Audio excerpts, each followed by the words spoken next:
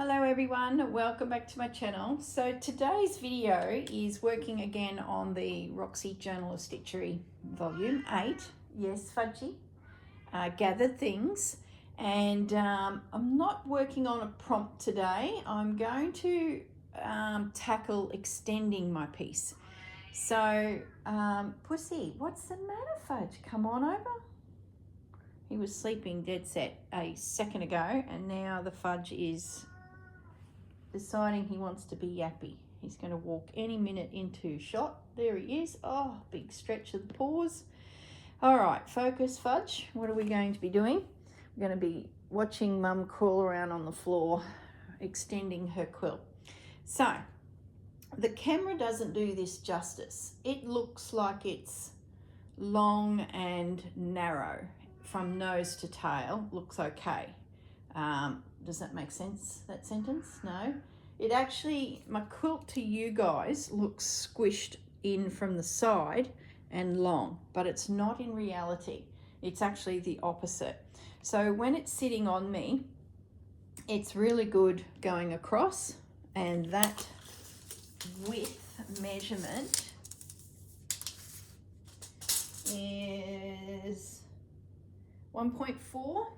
So for those feet, it'd be 4.7 inches, 4 foot 7 inches. So the width is great, but the length, or the height, I don't know, the length, whatever. This one here, it's only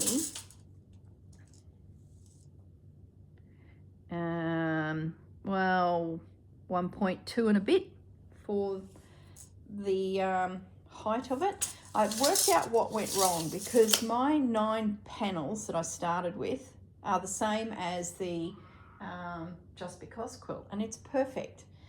What I did with those panels is one side was, I don't know, I think it was like 22 inches and 20 inches, for example. I don't know for sure, I can't remember. I've twisted them around. So in the process of flipping these pieces around on the table, I think when I go back to those earlier videos, there came a point, probably video 3 or 4, when I twigged that some of them were around the wrong way. I had rectangles going long ways and rectangles going, you know, anyway, doesn't matter. They got jiggered up, let's be honest. So now my piece is not quite right, finished to lengthwise. So my solution is, stop yappering on, I'm going to get down on the floor now, is I have cut some extensions. So just out of the same wadding as what I started with, it's just batting, not wadding. I guess some people call it wadding, some people call it batting, internal of a quilt. So I've worked out that if I put a piece which I can just slip stitch to the back of the quilt, which is this stuff, and then embellish this, I've got myself an extra 20 centimeters or 8 inches. So I'm going to then, now is where you're going to see my feet, I'm going to do the same at the top, and that pretty much makes the piece perfect. So the plan of attack: do I go back into my gathered things and start fossicking and rebuilding and attempt to merge it? And I was like, no, I can't. I just love the piece the way it is, and I feel like I could probably frame it a little. So I went to my very small pile of ticking. I don't have a lot of ticking, and even then, let's just be honest, some of them are just striped fabrics that I've picked up. I still have floating around this border fabric, which came off the bunny panel at some point. So I'm still tossing up using that. And I went through and picked up all of the ticking that matched the color palette of my piece. There's a little bit of vintage, a little bit of cotton, a little bit of twill cotton. Yeah, so that's the plan. Now what I want to do is work out how to sort of piece something together using, you know, all of these fabrics. And we'll start with this big piece, I think. It's got my biggest lineal length. It's quite heavy duty. So my thought is, if I place all the fabrics down and then take them away, cut them to the size of this extension piece, and then stitch them to it, so it's a long, thin piece being created, and then come back and flip it all over and attach the backing to the backing. Does that make sense? And then where the stripes meet the quilt, I will have overlap decisions to make, because that's got dangly bits hanging past the edge, and I'll add a little extra of this. So if I want to creep this up, I can, but preferably I'd like the quilt to come down onto this, so it looks like this is floating on a back of this. Does that make sense? Okay, I'm now down on my knees, and I'm going to start off with a piece of this fabric, I think. See, even the back looks pretty. It's more of a muted blue, but no, we'll go strong. Take advantage of that selvage, and we'll lay you there. So this is just all about layout at the moment, and if I like it, we'll chop it, take it away, and stitch it. All right, there's one chunk down. So we need another fabric back up off my knees over to that one side. Let's have a look. Because we've got such a dense, I might go this one next. I'm thinking, whoops, dropping bits everywhere. So I've got scraps too, so I thought I might as well throw the scraps in the pile, because, you know, use them. So there's that one, could go there. It's very similar. This one here is a really big piece as well. So I might take him up the other side. That's just a cotton, that's a modern one I've picked up. So might as well take advantage of that full length. So we've got some stripes going vertical, and down the bottom we've got stripes going horizontal. They're happy with that. So my last piece that's big is this guy. So he could go,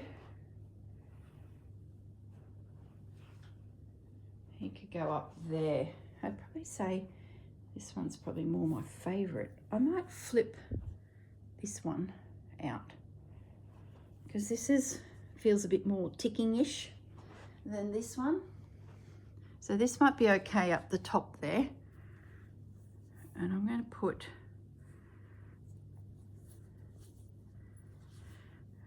put you here and overlap you.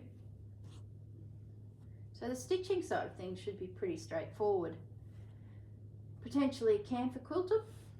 That'll give quite a nice dense feel. So let's bring you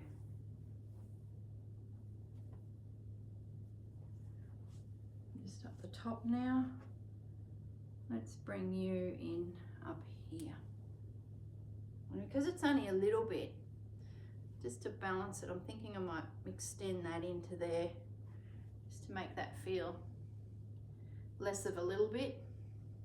Such a big stripe too. Okay, well they're my biggest pieces. So it's possible, just to make things a bit varied, that we do this. And I switch you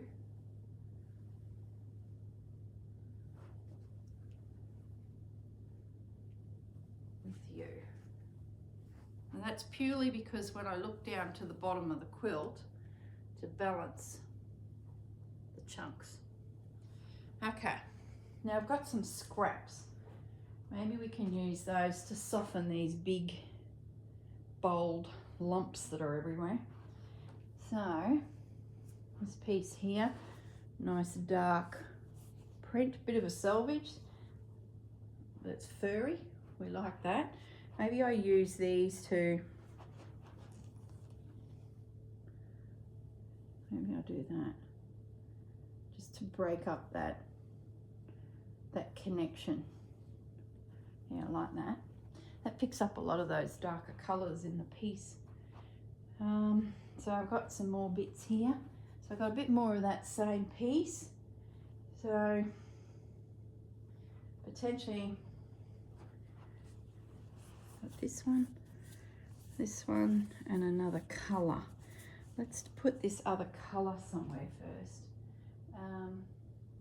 Maybe we'll take that. It's a grey, not a blue. Maybe we do the same up here. We use this little piece.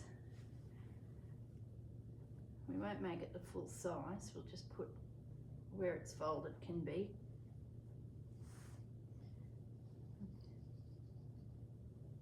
Okay, and things like that potentially can come up onto it just to help soften edges.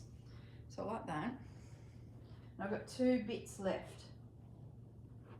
So we might just find a spot for them. And I could potentially turn these 2 on themselves. Like that would give me another new fabric. If I flipped it, I'm going to put that there. It's the biggest piece. Or do I do it that? Do it that. So upside down. Makes it look like I've got a new fabric, but I don't. And then I've got 1 bit left. I don't know. I'm thinking up here, maybe on that corner. See, the top of the quilt can have a little bit more embellishment. Like that. Like patches. Okay. All right. Yeah, I like that. And I think once, let me get back down here, once these things come out over it like that,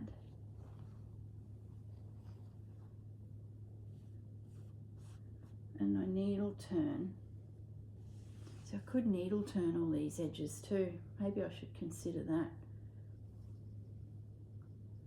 Invisible stitch it down, which would give me the little quilted look. Because if I bring camphor in at this stage, it's sort of not in the whole piece. And then I needle turn these edges just to get that softness. I don't want to needle turn this guy because that edge is just too beautiful. So I could needle turn that. Yeah. And then have that. Yeah, that's what we're going to do. So, there we go. Now these things here, I don't know how I'm going to edge my quilt yet. I had thought maybe the backing fabric comes across to the front, which I'd have to then use colours in the palette of the front. So that would mean my backing fabrics would have to be in these tones. See, these little guys sort of make it. If that was split in half, that could potentially be the edge because it would get me probably here. I need to make this, see where that batting is? I need to have a bit of excess, as much as I can spare. And then this could even go around the back to the back of the fabric, yeah. Okay, give yourself wriggle room, girl. Make everything bigger than the piece being attached. And then if I had to or wanted to, this could be cut and be slid in as an edge, like, I don't know if you can see, yes you can. That could be the edge. I'd have plenty of fabric here to carry on with an edge. Yeah, I think we're going to do that. So when I get back to my desk, add another inch or two. So that potentially could be the edge meeting an edge. And if this was cut, it would be enough, because I've got two. It'd be a shame not to use it because it comes from the fabric. One of these had,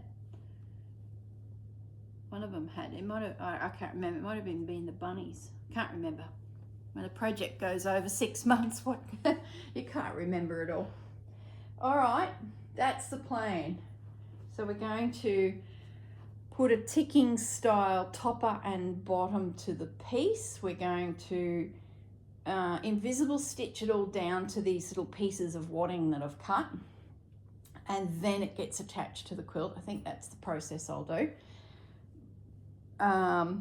I will allow excess fabric to drift past the wadding, probably up to 2 inches. And that way, if I want to take this ticking around to the back and it forms the binding all in one move, great. Because I don't think I'd like a binding to come around this whole thing in one big square, because it doesn't look like that type of piece. It's very hodgepodge. So design-wise, I think it needs to be more organic. And as for the back, I don't know. You know, when I look at this piece, the bits that are popping out to me, I'm going to use my toe to point because I've just got back up on my feet and yeah, I don't really want to go back down there again. Is that fabric's popping out to me. That's a Liberty. And that fabric, is that the same? Oh, it's the same. See, there you go. So I might go through my stash and focus just on dark navy florals. I think that'd be beautiful on the back. And then what I'll do is I'll piece it together, because I know I don't have a big piece that suits. It's going to be a hodgepodge of whatever I can find in my cupboard. I will lay how will I do this? Like, just like my hexagon quilt. Once this is all connected, I'll flip it onto the kitchen counter. Then I'll lay out all of the blue florals that I can find. They will then be needle turned to create one big piece of fabric. And then I can sandwich it all together with a big quilting stitch like I did the hexagon quilt. I'll do which was easy, is diagonal lines. I had a board. Hang on, let me grab my measuring thingy.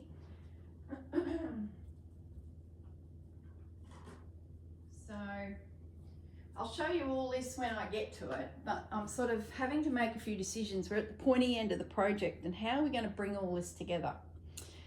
Well, how am I going to bring it all together? That's my thingy, my measuring stick, and it's 6.5 inches, and I laid it on my hexagon quilt in a diagonal line, and I drew with my heat erasable pen either side of it right through. So I went from corner to adjacent corner on that angle, and then I came back and I did the same the other way, and then I just hand quilted it, and it allowed me to slither through the layers without affecting the front, because I've got this wadding, which is my whole new way of making quilts. I love it because I get two backs for the price of one. So if I want to go full on and do something, you know, really decorative on the back, I can. And I can do detail stitching because I'm not going to affect the front. And that all came from the Just Because quilt, which is just sitting here because it was cool last night. So there's the front, like what we've done with gathered pieces. And then the back was quilted again with a whole new look, being that it had this wadding in the middle that allowed me to slither either side. So it's just fantastic. And I'm thinking along the lines of my future Dresden plate adventures will be a similar thing, because I don't know, it just gives me more spaces to play.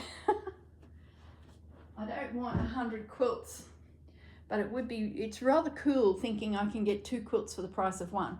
Otherwise, and then you add slow stitch to it, it slows me down to maybe 1, maybe 2 quilts a year instead of a quilt in a weekend, which is what I used to do. And yeah, I've got everyone in the family's got a crocheted blanket and a quilt.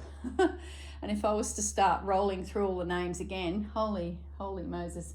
And they've all had kids since the 80s. Gosh, yeah, no, we're not going down that track. These pieces now for me are more considered. They're more of an adventure. So that brings in the whole hand stitching practice. So whether it be doing something like this, which is very organic and gathers and stitches and you meander around your piece, or you do a beautiful quilt pattern and you hand stitch it together. So that's where I'm at in my creative space. All right. Anyway, I got real philosophical there, didn't I? I'm going to attempt to lift these bits up to my cutting table, trim them down to suit, throw some pins in, and yeah, that'll give me something to stitch. As for the prompts, now I'm filming this Sunday. There's a new prompt this evening, and I'm too impatient to wait to do this backing thing tomorrow, knowing the prompt. So we'll let this prompt slide and catch it up. I think the last one was nature, wasn't it? That was last week's, and I didn't do a video because, you know, look at it. Just, yeah, I think I had that one covered. And I'm to the point where, boy, guys, I don't have a lot of space left. So I'm sort of skating to the finish line with probably that little round spot there. Where's my finger pointing? I don't know. You can see it up the top. There's a doily with a piece of linen in it. There's potentially a little gap there. Maybe over there. There's a tiny little spot there. Oh my goodness, are you guys in the same boat? And I think we've got 3 to go. Doesn't matter, we will survive. And who's to say, maybe the final prompts drift to the back of the quilt. Now there's an adventure. Got a whole new space. Yeah, I need to get a wriggle on and get these toppers done. Get them attached. So then I can start hunting through my stash for fabrics to suit. I could even bring a bit of text in. I should go and hunt out Mr. Tim Holtz. He could make an appearance. Bit of Timothy on a quilt. That would be nice. All right, we'll leave it at that. And yeah, I will catch you back at my desk and we'll do a bit of chopping and pinning. All right, guys, see you soon. Okay, back at the desk. Alrighty, I've just slung the one panel on at the moment. I'll grab the other one when I'm ready. That was pretty well lined up, so I don't want to lose that. Where's my edge? So let's go up. There's a selvage. Do I flip it so that we have a selvage at the bottom?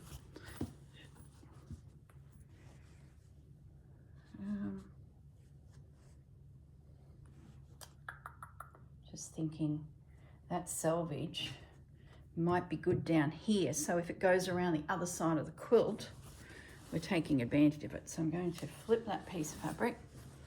Just got some sizing in it. It's got a real stiffness about it. Maybe I should go and wash it. Oh, you just want to get on and do things, and then you pick up some fabric and you're like, you've got a bit of a smell, maybe I should wash you. And it's like, oh, well, there's half a day gone when you just want to, you know, get on with it. All right. Let's just give us a little bit extra. You see, I'm going past it.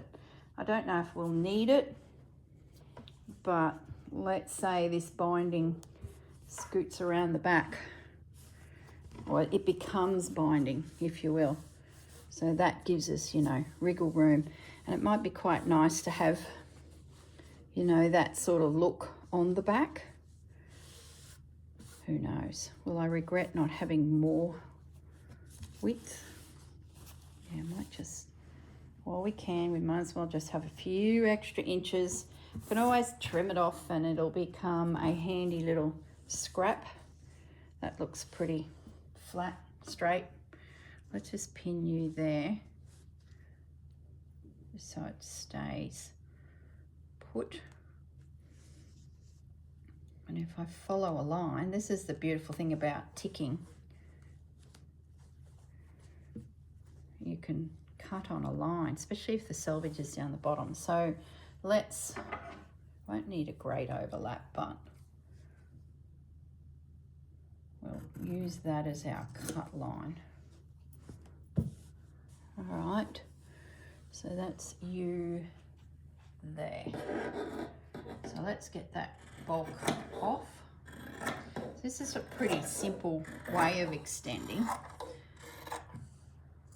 and I think it'll give the overall piece a bit of a, I don't know, a unique look. Sort of, instead of it just being a piece that is just full of random eye candy, I think it might anchor the piece, especially if it's hanging.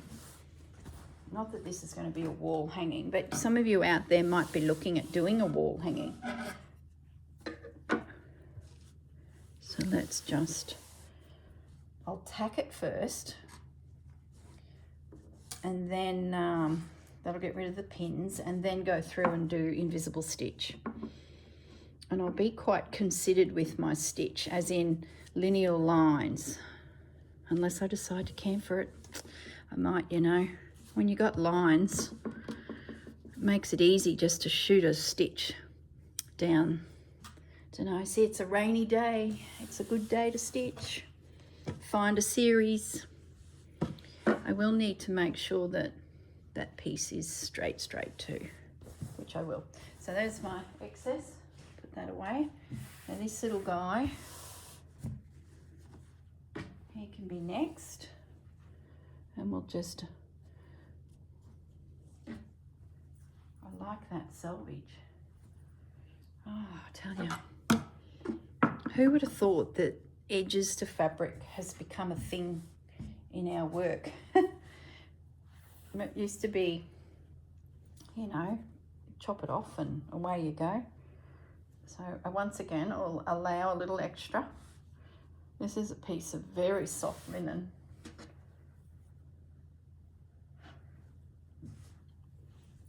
Gosh, we had some vicious storms go through, particularly over my hometown of Gameri. My brother was hanging on to his hat, let me tell you, last night. It was like one after the other, and I think we're in for it again tonight. It was flash flooding through the southeast of Queensland.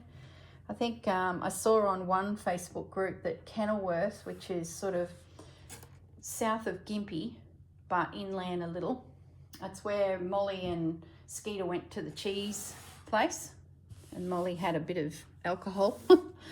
That's a whole nother story.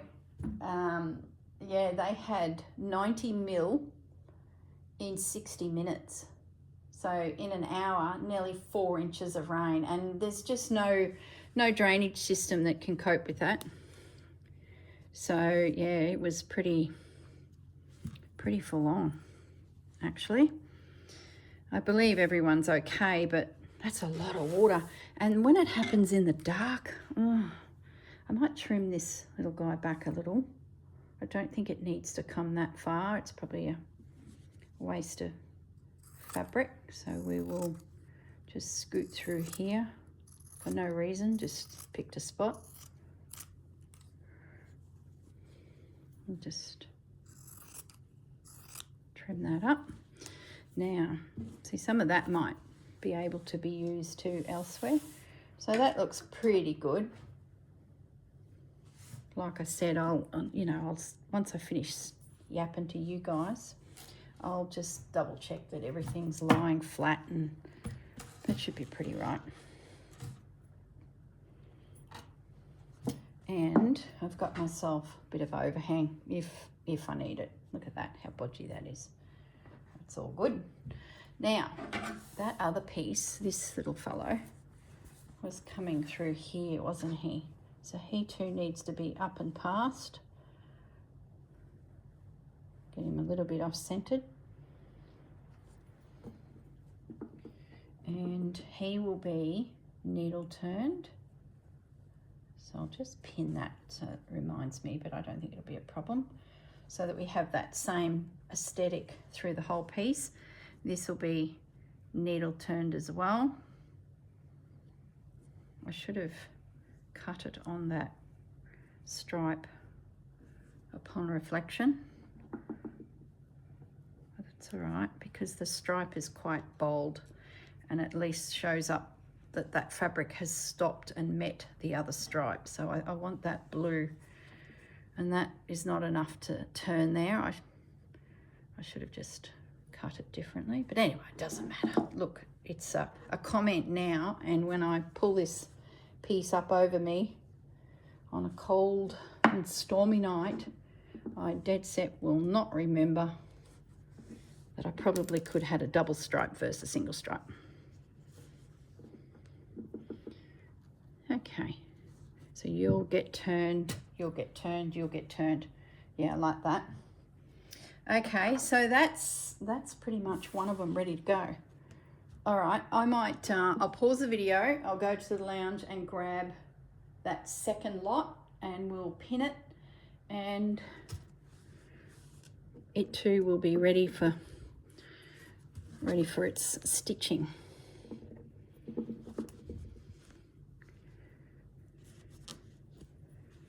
Just bringing those pins forward.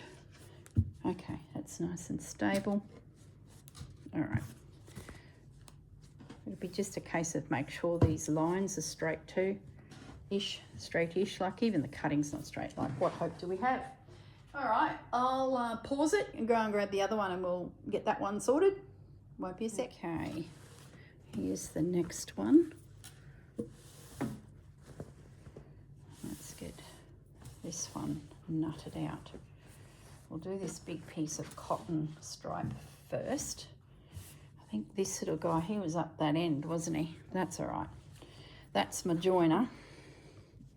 This doesn't need to be as wide, and we need an overlap, which we don't have down this far end down here. So you'll be out of shot for a moment or two, but bear with me. So let's get a bit of an overlap. There's a good couple inches.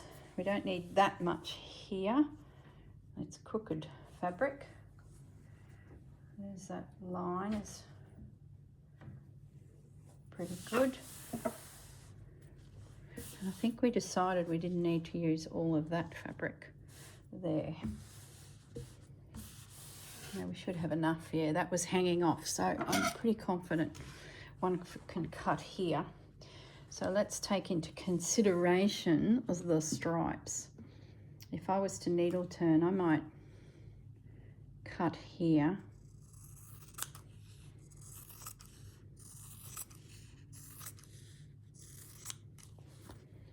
All right. Now you two might go around the back and form the binding. So, oh, I feel like I need my ruler. The fabric's not even straight. Come on, coming off the bolt. Okay, I'm gonna, do I just cut it by eye? I could rip it. There's a, will it rip? I don't think it'll rip. Let's test a little bit. So we're going this way in our rip. And no, see, the newer fabrics just don't like it. They get warped. Okay, I'm going to get my, no, I'm not. I'm just going to do it. Like, seriously, just fold it. I was going to do my ruler, but I don't have the board under me and it'll look all skew-whiff anyway. So we're just going to chop it. Not the dinosaur, Mum. There we go. We're going to chop it so that I've picked up that much. Okay, just selvages are straight. The old-fashioned way of cutting fabric at the drapery. They either rip it or they fold it and snip it. Just using a rotary cutter. Fancy tools back in the day. Line the selvages up. Boom, done. Okay, let's get rid of you, your access to requirements. Unless a piece appears somewhere, who knows. I haven't had a good look at my blue, navy blue fabrics yet either. Like, I don't have a lot of them, so I may need to go on the hunt for some bigger pieces. Like, there's a lot of quilt here to cover, but that's okay. Navy blue florals is something that I use all the time. So there we go, we've got our piece with a bit of overlap, some pins.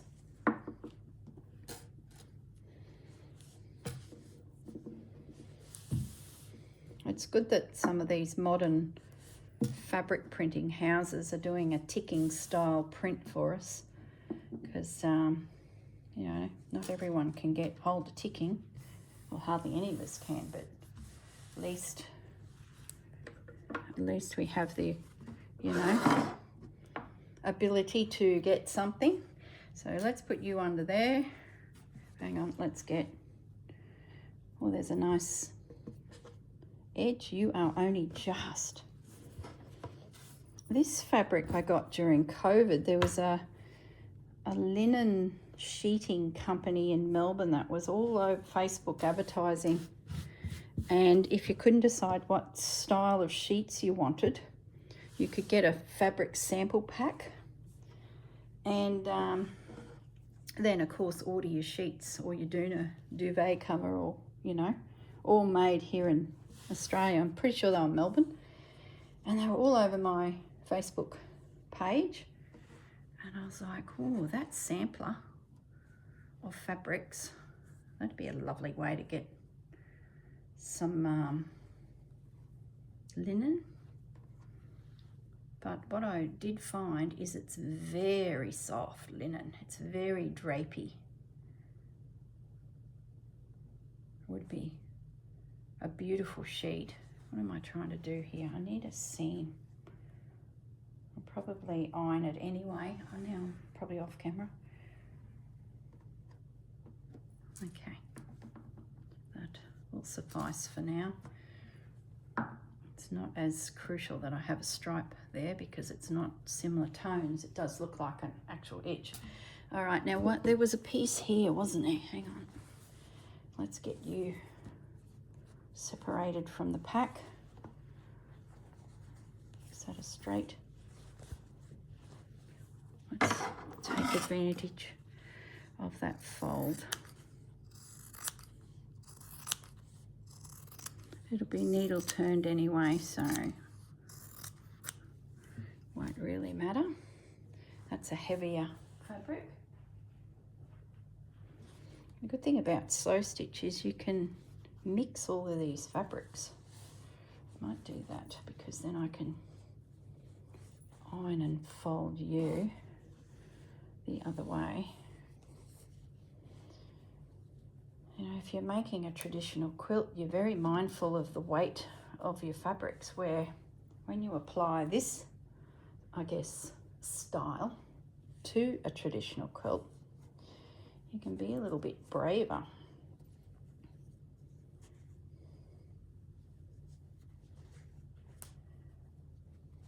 I'm being a bit pedantic, but I will have to make sure everything's pretty right when I go to do my actual stitching. Probably would have been better if the stripes were this way, to be honest. They're all going vertical. But doesn't matter, don't overthink it. and I've got a nice frayed edge again, so you're a beauty, you're staying, and I've got a bit of excess to go over the back. I might even lower you because it's too much excess.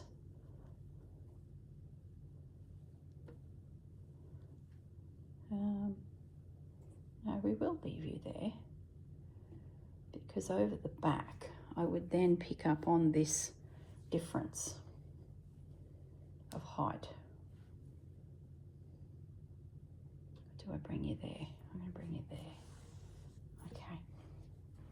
Thinking ahead here a little bit. I must admit, if I hadn't have done the Just Because quilt, I wouldn't have had the confidence to break a few of these rules probably for this piece. It was a really good exercise in, you know, letting it go, and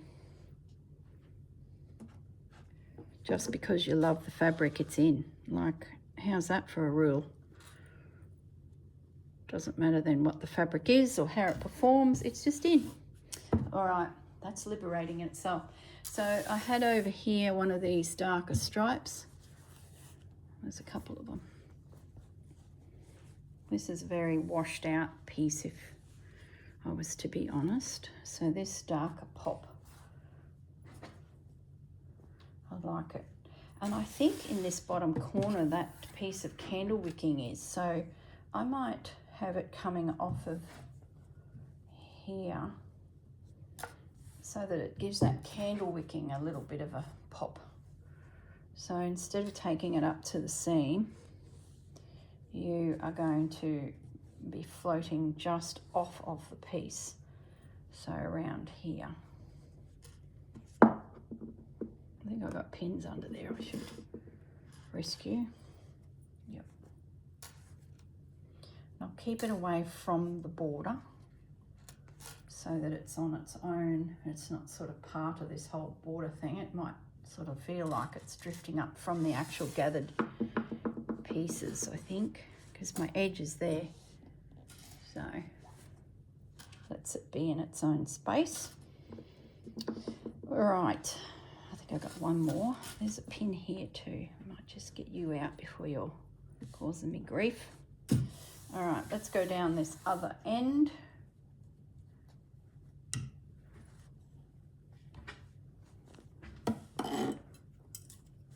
Where's my finish line? There.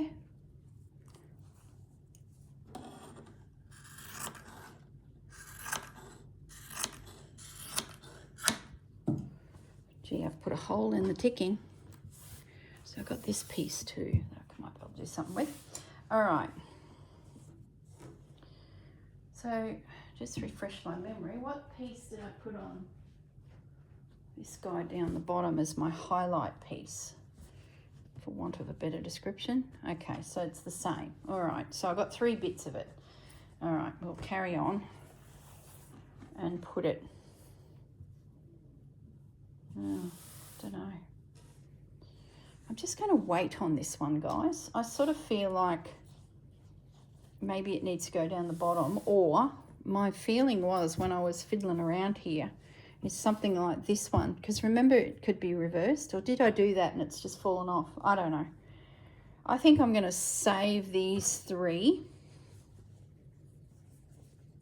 What we need is a prompt that's stripes, and then I could put a little bit of this in the quilt. Maybe I'll just do that anyway, just to sort of tie it together. Yeah, I'm going to leave it at that. Yeah, I might do that, you know. It's so pretty. Gathered pieces, a few stripes, can't hurt. That's going to be so stretchy wonky because it's linen, it's so soft.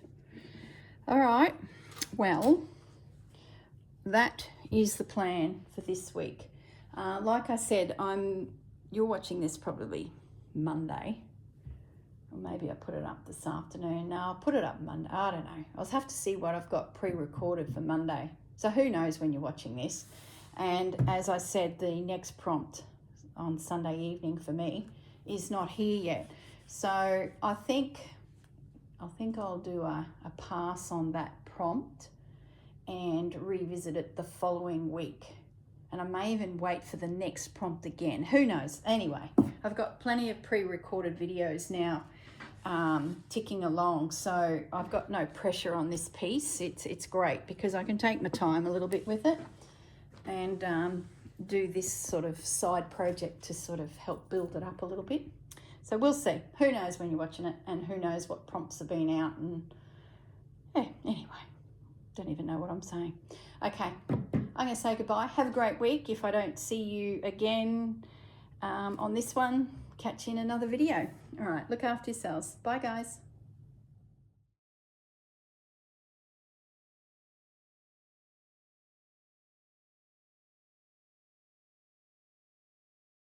Okay, guys, I just have to share with you the funniest thing. So now that our friends Kev and Marianne are in town, living across the lake, Kev loves his lawn. He loves his lawn. So he's been providing guidance to Gaz on how to bring our lawn back to, you know, a nice surface. Hey, Pepper. Hey, Pepper, baby. So what's happened is Mr. Bandit keeps digging holes in Gaz's lawn. So there's been this tussle to the point where Gaz has got extra lawn to fill the hole. Bandit then digs it back up. Gaz went and bought seed, and it all started to sprout and grow. Like you can see a little bit of it there. That's seed. Hey, Pepper. Bandit's sleeping around the other side of the house, so Pepper and I are going to tell you this story, aren't we? How bad Bandit is. It's very bad, baby. Yeah, you sit there, darling. So Gaz has got his seed sprouted, gets it looking gorgeous to the point of, you know, nearly ready to mow, and then bam, Bandit comes and redigs it. You can see on that ledge there, see all the baby little grasses? Oh, Bandit's going to be in so much trouble, Pepper. Hey, Pepper. Bandit's going to be in so much trouble. So I just had to film this and show you guys. It's just been such a crack up. I think Kaz is going to give up. Bandit's just one of those dogs that likes to create a little burrow and in he crawls, and Pepper wouldn't do that. She's got a bed. She likes to be elevated with a view. Hey, you're a lady. You do nice things. Not like bad boy Bandit. Hey? Oh, baby girl. So yeah, we've snuck out here to show you the damage that Mr. Bandit's done. And last night, he's really done a hole. Look at this, Pepper. Look at that. Oh, boy. You wait till Dad sees that. Hey, you wait till Dad sees that. Oh, yeah, baby. I know. He's bad. Should we call him till we get bad boy Bandit? Oh, baby girl. Someone's been in my garden too, chasing frogs. That rooster does not lay down like that. Now, to me, that's Pepper. Pepper's the froggy girl. Was that you? Pepper, did you do that? You did. It's okay. I forgive you. Don't know if, looks like someone's broken that off too. Oh, carnage. Tell ya. I might just call Mr. Bandit. I'll pause the video, get in a better position. We're going to call him? I think we call him, baby girl. Yeah. We get bad boy Bandit around, get him to show us his hole. Yeah, let's do it. She's looking to see if he's coming. Okay, I'll pause the video. Okay, here he comes. Bad boy Bandit, were you sleeping? What's this about, Bandit? Is this your hole? Look at that. Oh, did you make that hole? Oh, Pepper, Bandit, you're so gonna be in so much trouble. It's all right, Pepper, we'll blame Bandit. Bandit, did you do this? Did you make the hole? Oh my goodness, guys. I just had to dob him in. Look, now they're going to have a play. Ow! Oh, careful, you pair of lunatics. Did you do that hole? No. Was that you? Was that you? You big bozo. Hey, you big doofus. Oh my goodness, boy. You're lucky you're cute, because Dad's going to be looking for black and white spots today. There you go, guys. Bad boy bandit. All right, let's just leave the scene of the crime. Hey, come on, let's go. All right, guys, we'll talk to you later. Bye.